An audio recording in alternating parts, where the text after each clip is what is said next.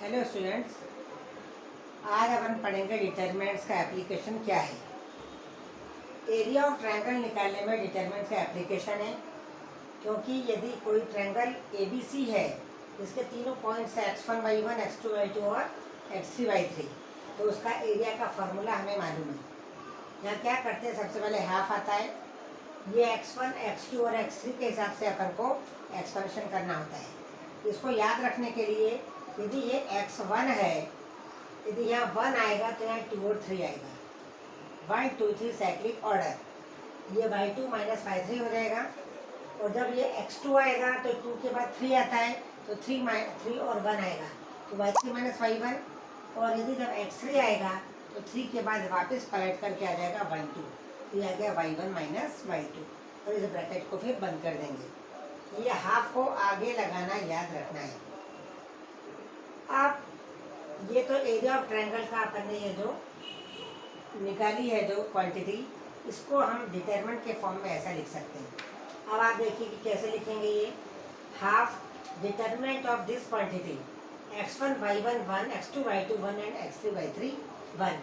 इसका एक्सपेंशन देखिए आप, हाफ तो अपन बाहर का ही, x1 इंटू एक्सपेंशन में अपन क्या करते हैं, ये वाला वो जिस रो और जिस कॉलम, ये जिस रो जिस कॉलम में उसको डिलीट कर देते हैं, तो ये आ जाएगा y2 into 1 minus y3 into 1, तो y2 माइनस y3, ये आ गया y2 माइनस y3। अब अपन इसको फर्स्ट कॉलम के रिस्पेक्ट में एक्सपेंशन कर रहे हैं। अभी अपन ने पहले फर्स्ट रो के हिसाब से किया था। फर्स्ट कॉलम में ये प्लस वाला आ गया, तो ये क्या आ गया, माइनस। कैसे?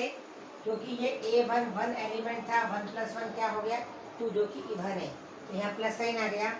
लेकिन ये जो x2 है, ये कौन सा है, ये A2 1 वाला एलिमेंट है, ये सेकंड और फर्स्ट कॉलम का है, तो A2 1 वाला एलिमेंट है, तो 2 प्लस 1 क्या हो गया 3, क्योंकि ऑड है, तो इसके आगे क्या लग जाएगा, माइनस।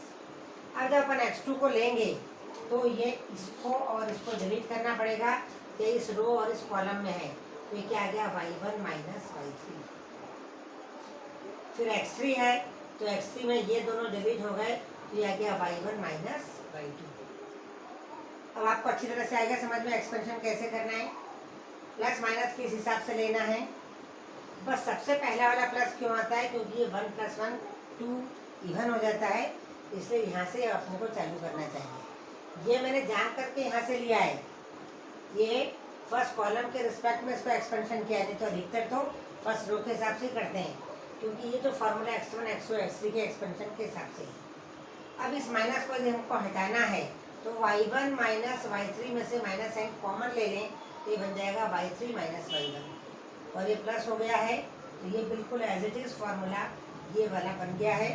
तो ये हो गया डिटरमिनेंट के फॉर्म में एरिया ऑफ ट्रायंगल निकालने का फार्मूला, ये वाला फॉर्म।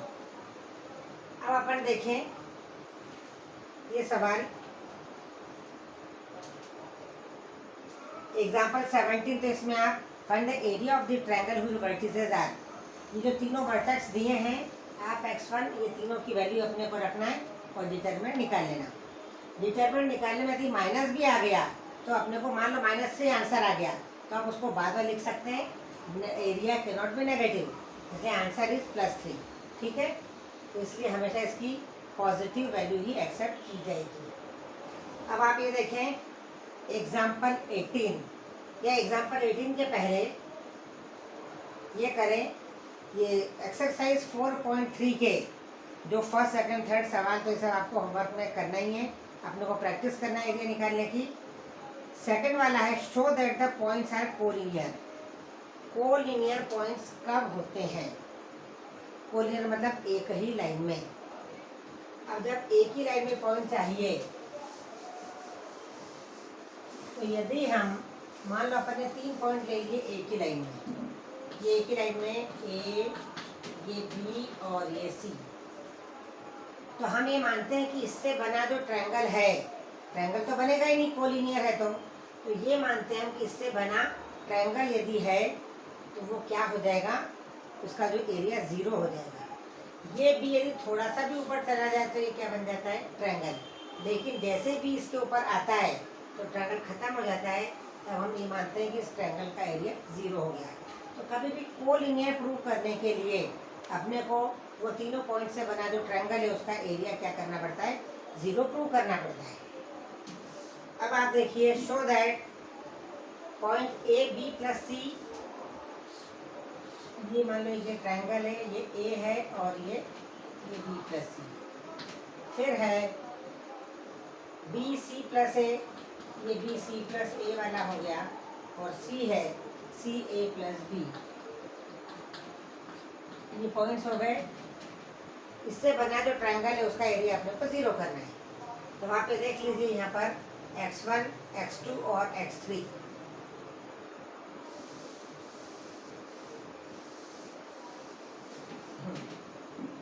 x1, x2, x3 की वैल्यू ABC है और y1, y2, y3 की वैल्यू ये है, और ये फार्मूला अपन ने लिख लिया। अब अपने को इसको क्या करना है, 0 प्रूव करना है। अब 0 प्रूव करने के लिए इस फार्मूले में अपने को सिर्फ ये वैल्यू रखनी है। अब अपन देखें, ये बराबर हाफ। अब x1 क्या है, a इंटू कितना आ रहा है, y2 माइनस y3। y2 कितना है, c plus a minus y3 कितना है, a प्लस b। तो माइनस a माइनस b, ये मैंने एक साथ ही लिख दिया है, दोनों में माइनस लगा के एक साथ लिख दिया है। प्लस x2 बराबर कितना है, b है, ये b लिख दिया। अब x2 है तो क्या आएगा, y3 माइनस y1। y3 कितना है, a प्लस b। y1 कितना है, b प्लस c। तो ये हो गया माइनस b माइनस c। और उसके बाद में ये c है x3 के साथ में क्या आएगा, y1 माइनस y2। y1 कितना है, b प्लस c, और y2 कितना है, c प्लस a। तो माइनस c माइनस a। अब अपन देख लें, a और माइनस a कैंसिल हो गया है, तो ये आ गया AC माइनस BC। फिर B और माइनस B कैंसिल हो गया है, तो ये भी आ गया AB माइनस BC। तीसरे में C और माइनस C कैंसिल हो गया है, तो ये आ गया प्लस BC माइनस AC। अब अपन देख लें, इस AC से माइनस AC कैंसिल हो गया है, माइनस BC से प्लस BC, ठीक है, और ये AB माइनस BC, ये माइनस AB आएगा ना, ये AC minus AB, AC minus AB आएगा, दोनों कैंसिल हो गए, और BC से माइनस BC कैंसिल हो गया, ठीक है। अब ये 1/2 इंटू 0 आ गया, तो ये हो गया 0। अब इसका एरिया यदि 0 हो गया है, ये अपन ने प्रूव कर दिया, show that the points are collinear. तो ये दो तीनों पॉइंट क्या हो गए, कोलिनियर हो गए। अब अपन ये देखें एग्जाम्पल 18। एग्जाम्पल 18 में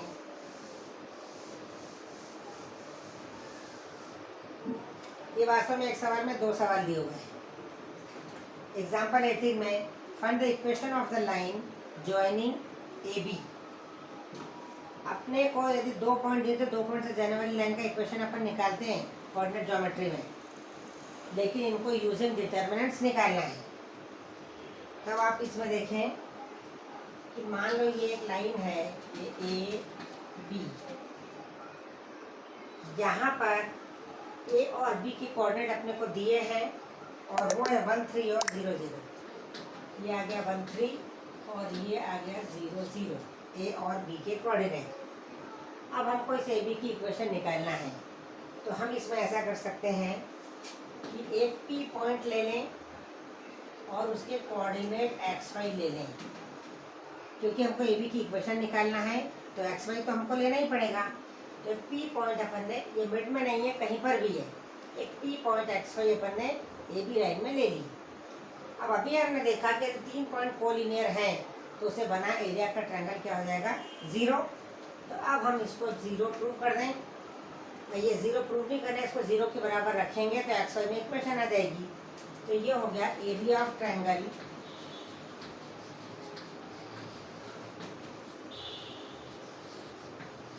area of triangle A P B, ये कितना हो जाएगा, हाफ।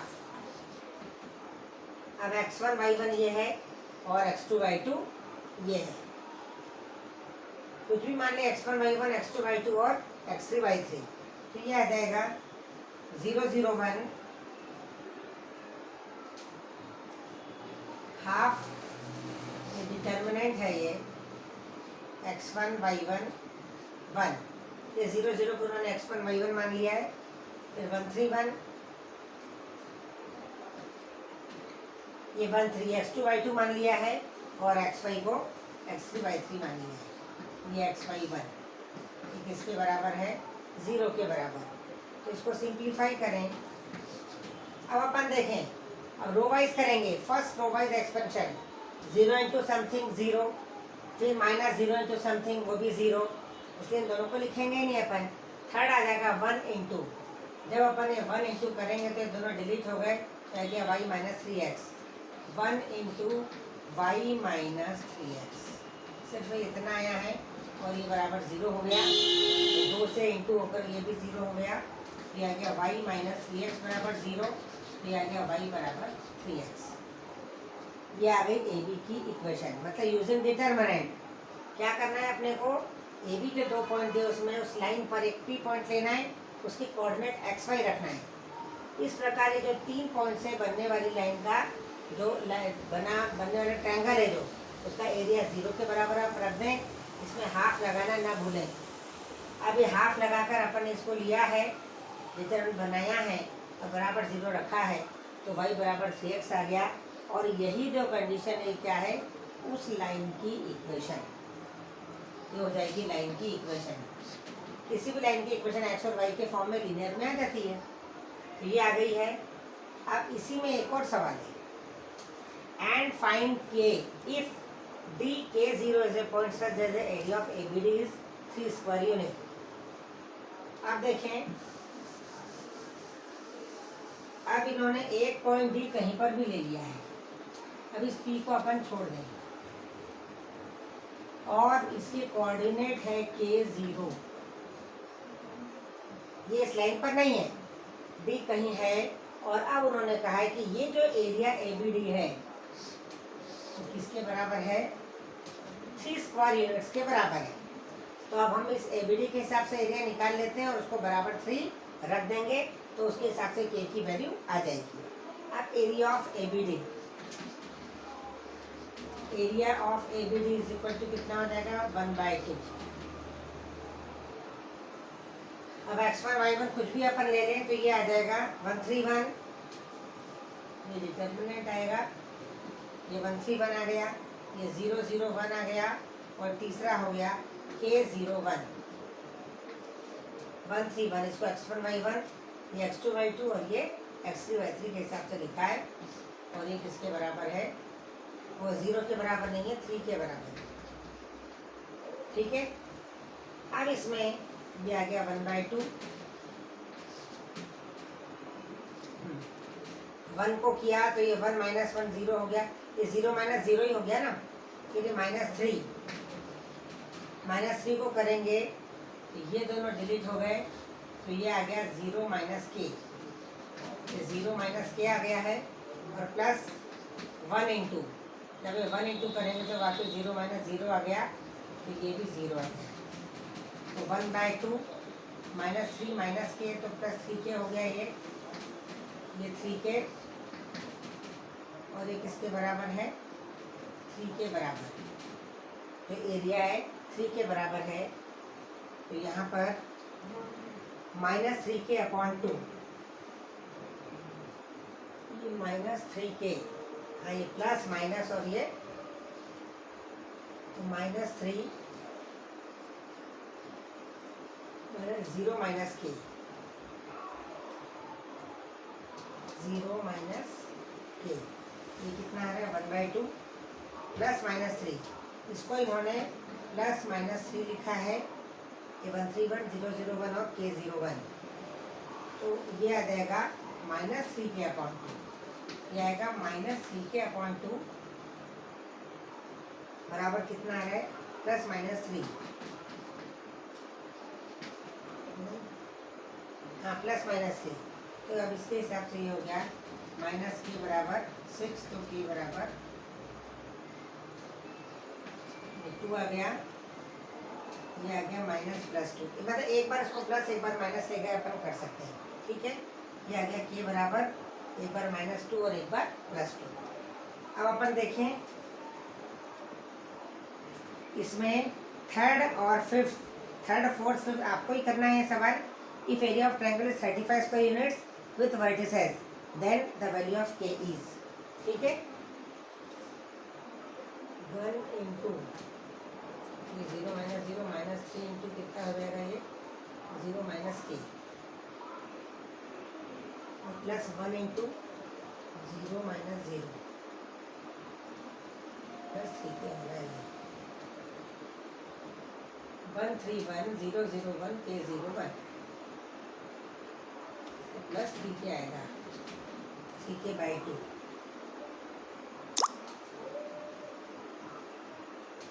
प्लस माइनस हो जाएगा, ठीक है। अब आप अपन देखें cofactor and minor, minors and cofactors में